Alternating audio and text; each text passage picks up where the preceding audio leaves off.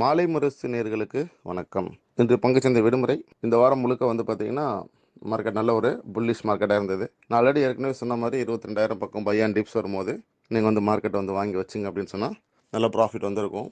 So already நான் சொல்லியிருந்தேன் market 23,000, 24,000 இதெல்லாம் நெக்ஸ்ட் டார்கெட் சொல்லியிருந்தேன். ஸோ நான் சொன்ன முதல் டார்கெட் 22,550 இந்த வாரமே வரும்னு சொன்னா அது வந்துருச்சு.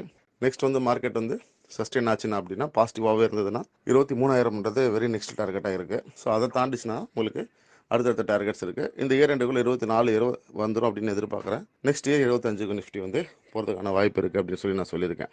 ஸோ இந்திய பங்கு சந்தைகள் பார்த்தீங்கன்னா தொடர்ந்து புல்லிஷாகவே இருக்குது. பட் இது ஒரு டிஸ்ட்ரிபியூஷன் ஜோன் சொல்லுவாங்க, ரெசிஸ்டன்ஸ் ஜோன் தான்.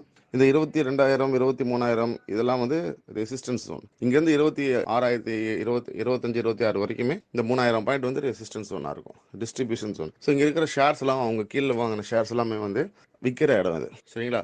ஸோ இந்த இடத்துல ஃப்ரெஷ்ஷாக இன்வெஸ்ட் பண்ணி நம்ம ப்ராஃபிட் பண்ணிடலாம், குயிக் டைமில் கிடைக்காது. ஸோ மார்க்கெட்டில் ஒரு கரெக்ஷனும் வரதுக்கு வாய்ப்பு இருக்குன்றதை புரிஞ்சுக்கலாம். இந்த இடத்துல இன்வெஸ்ட் பண்ணிங்க அப்படின்னா பார்ஷலாக இன்வெஸ்ட் பண்ணலாம், இல்லைனா எஸ்ஐபியில் இன்வெஸ்ட் பண்ணலாம். மார்க்கெட் கண்டிப்பாக ஒரு கரெக்ஷன் கண்டிப்பாக வரும். இவ்வளோ தூரம் ஏறினதுக்கு அந்த கரெக்ஷனில் நீங்கள் வாங்கி 5 to 10 இயர்ஸ் வச்சிங்கன்னா நிச்சயமாக நல்ல லாபம் பார்க்கலாம். அட் ப்ரெசென்ட் இப்போ இருக்கிற ப்ரைஸ்லலாம் உங்களுக்கு இங்கேருந்து கன்ஃபார்மாக ஏறும் அப்படின்றதெல்லாம் கிடையாது.